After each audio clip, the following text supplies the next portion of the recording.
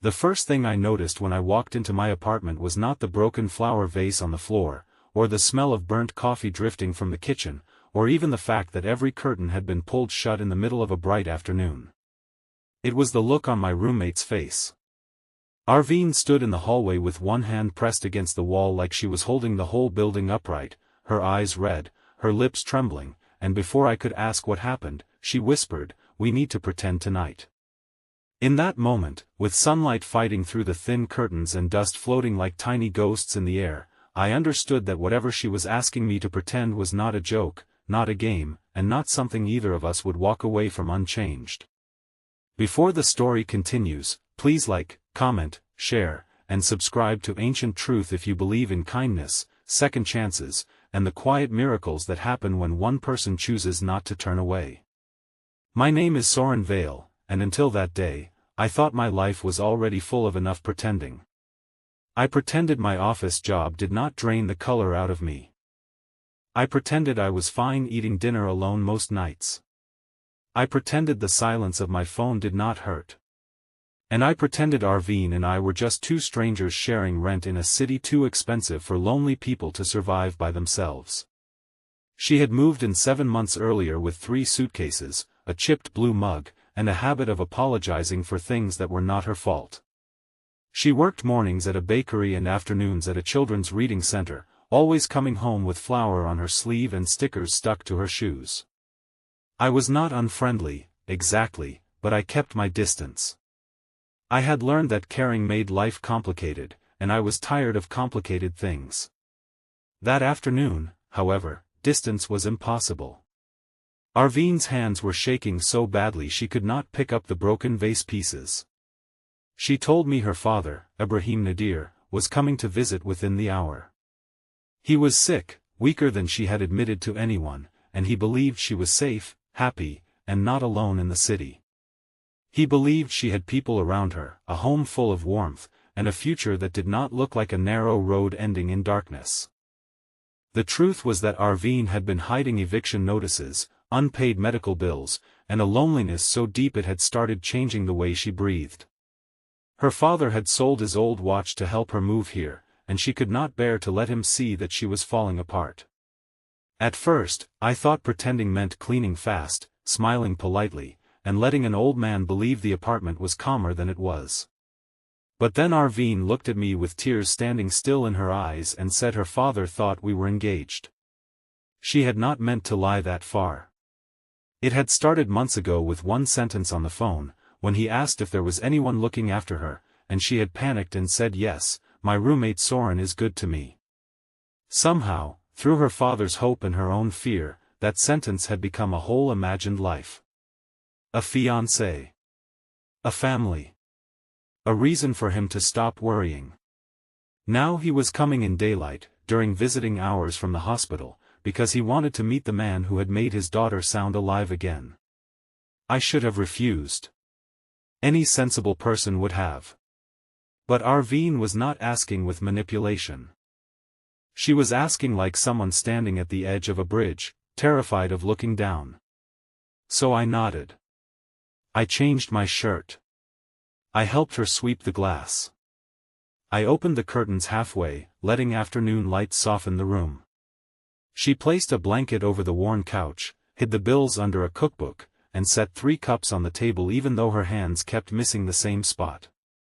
When the knock came, it was small and careful, not the knock of a man entering a home, but the knock of someone afraid of being a burden. Ibrahim Nadir was thinner than I expected, with silver hair combed neatly back and a gray coat too heavy for the weather. He leaned on a wooden cane, and beside him stood a nurse from the hospital who checked the time with professional worry. But his eyes, when he saw Arveen, filled with such light that the entire apartment seemed to become less poor. He held her face in both hands and smiled like he had traveled through pain just to reach that one moment. Then he looked at me. I stepped forward, heart pounding, and shook his hand. His grip was weak, but his trust was strong, and that hurt more than anything. The afternoon became a theater of small lies. Arveen and I moved around each other carefully, pretending we knew the rhythm of love. I poured tea. She smiled too quickly. I called her Arv once because I had heard her friend use it on the phone. Her father noticed and smiled. He asked how we met, and I said, honestly enough, that she came into my life carrying too much and apologizing too often. Arveen looked down, and for a second the lie cracked open to reveal something true beneath it. Ibrahim asked if I made her laugh. I said I was working on it. He laughed until he coughed, and Arveen rushed to him with fear in her whole body. As the sun moved across the living room floor, the pretend story began to feel less like a performance and more like a confession of what both of us had been missing. Ibrahim told me about Arveen as a child, how she used to rescue injured birds and cry when they flew away because she was happy and sad at the same time. He told me her mother had died when Arveen was 12, and after that, his daughter learned to become quiet so he would not worry. Arveen sat beside him, smiling, but tears slipped down her face. I realized then that she had not only lied to protect her father. She had lied because she did not know how to tell him she was still that 12-year-old girl, trying to be brave in a world that kept taking things. Then the nurse received a call and stepped into the hallway. Ibrahim's breathing became rough. Arveen froze. I helped him sit straighter, brought water, and held his shoulder while she searched for his medicine with shaking hands. For a terrifying minute, all pretending disappeared. There was only a sick father, a frightened daughter, and me, a man who had spent years avoiding love, suddenly praying for someone else's heartbeat to steady. When the medicine worked, Ibrahim looked at me with tired gratitude and whispered that he could leave this world peacefully if he knew Arveen would not be alone. That sentence broke something in me. My own father had died after we stopped speaking. Pride had kept me silent until silence became permanent. I had carried that regret like a stone in my chest for 6 years. Looking at Ibrahim, I saw not a stranger I was fooling, but a father trying to set down his fear before it was too late. Looking at Arveen, I saw not just my roommate, but a person who had been drowning politely in the next room while I washed my dishes and closed my door. When Ibrahim asked me to promise I would stand beside her, I could not lie anymore. But I also could not abandon her. So I told the truth in the only way I knew how. I said I had not always been good at showing up, but I was learning. I said Arveen deserved more than someone pretending for one evening. She deserved someone who would notice when her hands shook, who would sit with her when the bills came, who would remind her she did not have to earn love by being easy to worry about. The room went still. Arveen stared at me as if she had never heard anyone defend her from her own loneliness. Ibrahim did not ask whether we were truly engaged. Maybe he already knew. Maybe fathers know the shape of a lie when it is built from love. He simply nodded, reached for my hand and Arveen's, and placed them together. His palm was cold over our fingers. He said sometimes life begins as pretending because people are too wounded to ask for the real thing. Then he closed his eyes, not in death, but in exhaustion, and the nurse returned to take him back before evening visiting restrictions ended. After he left, the apartment felt enormous. Arveen stood by the window, watching the hospital transport van pull away into the gold afternoon. She apologized again, but this time I stopped her.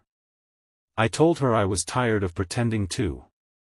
I admitted I had heard her crying some nights and done nothing because I convinced myself privacy was kindness. She admitted she had wanted to knock on my door 100 times but feared I would see her as a burden. We stood there among the teacups, the hidden bills, and the fading sunlight, realizing that the real tragedy had never been the lie. It had been how close two lonely people could live without ever reaching for each other. Things did not become perfect after that day. Ibrahim's illness did not vanish. The rent did not pay itself. Arveen still woke from nightmares, and I still sometimes retreated into silence when I felt too much. But change began in ordinary ways. I went with her to the hospital. She helped me call my sister after years of distance. We made a payment plan for the bills. We repaired the vase with glue, leaving the cracks visible because Arveen said broken things should not have to hide their history. Every afternoon, sunlight came through the curtains again, and the apartment slowly stopped feeling like a place people survived. It became a place people returned to. Weeks later, Arveen came again, weaker but smiling. This time there was no performance. No fake engagement. No carefully arranged story. Just soup on the stove, a blanket on the couch, and two people who had chosen to become family before they fully understood what that meant. He looked around the room and saw the truth, and somehow the truth pleased him more than the lie ever had. He told Arveen that love is not always romance, not always grand promises or rings or ceremonies. Sometimes love is someone noticing the lights are off and choosing to come in anyway. Near the end of his life, Arveen asked to sit by the window. It was daytime again, bright and gentle, the city humming below like it had no idea how sacred an ordinary room could become. Arveen rested her head against his shoulder, and I sat across from them, holding the blue mug she always used. Arveen thanked me for pretending that first day, then thanked me more for stopping. Arveen cried quietly, but she did not apologize for it. For once, she let herself be held by the moment instead of trying to protect everyone from her pain. If this story touched your heart, please like the video, share it with someone who needs hope, comment your thoughts, and subscribe to Ancient Truth for more emotional stories about kindness, healing, and second chances. Special request: comment, kindness can save a life, if you believe one caring person can change everything. Arveen passed away on a clear morning, with sunlight on his blanket and Arveen's hand in his. Grief came, heavy and honest, but it did not come alone. It found us together. Months later, Arveen and I were still roommates, still friends, and perhaps slowly becoming something neither of us needed to name too quickly. The apartment was still small, the vase was still cracked, and life was still uncertain. But every time I opened the door and saw light inside, I remembered the day I walked in and heard the words, "We need to pretend tonight." I thought pretending would trap us in a lie.